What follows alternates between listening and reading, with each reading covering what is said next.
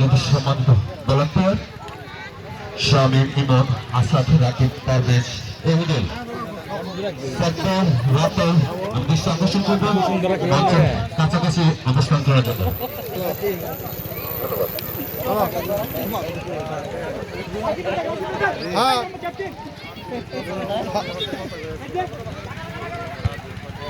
আচ্ছা আচ্ছা আচ্ছা গোল লাভলি আক্রমণ ছিল।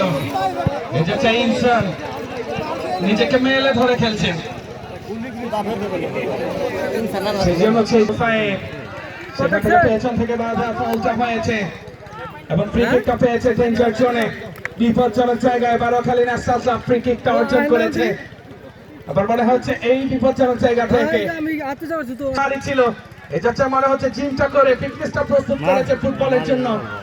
ইমন দুজন প্লেয়ারকে কাটিয়ে সেখান থেকে উঠছে আসার চেষ্টাকে এবার কিন্তু ইনসান লেফটিং এ ইনসান বাড়িয়েছেন ছোট খেলার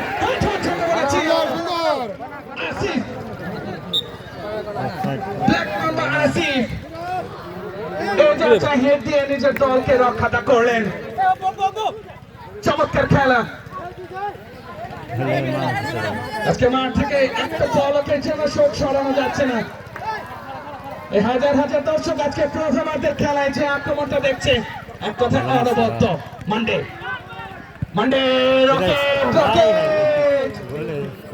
মধ্যমাঠ থেকে শটটা নিয়েছিলেন। আজকে পুরুষ দর্শকের পাশাপাশি প্রমিলা দর্শকটা দেখতে পাচ্ছি এখন পরিমাণ। থ্যাংক ইউ আজকের মিডিয়া পার্টনার নববাংলাকে। ম্যাচ অফিসিয়াল শাহিন শরীফ, ফ্ল্যাগের ঝান্ডা। সম্ভবত ফাউলের সংকেতটা হয়েছে। চমৎকার আয়োজন, নান্দনিক আয়োজন, এক কথায় প্রশংসার দাবিদার।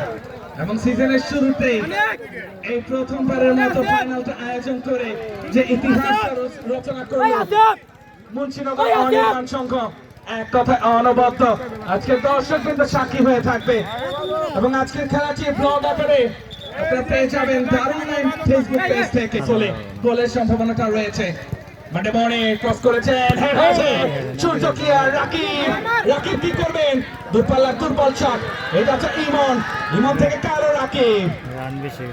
ইতিমধ্যে সার্জিও রামোস খ্যাত এই ডেঞ্জার রাখান নেইমার সালমান কাকে দেবেন বাড়িয়েছিলেন উচ্ছ্বাসের উদ্দেশ্যে।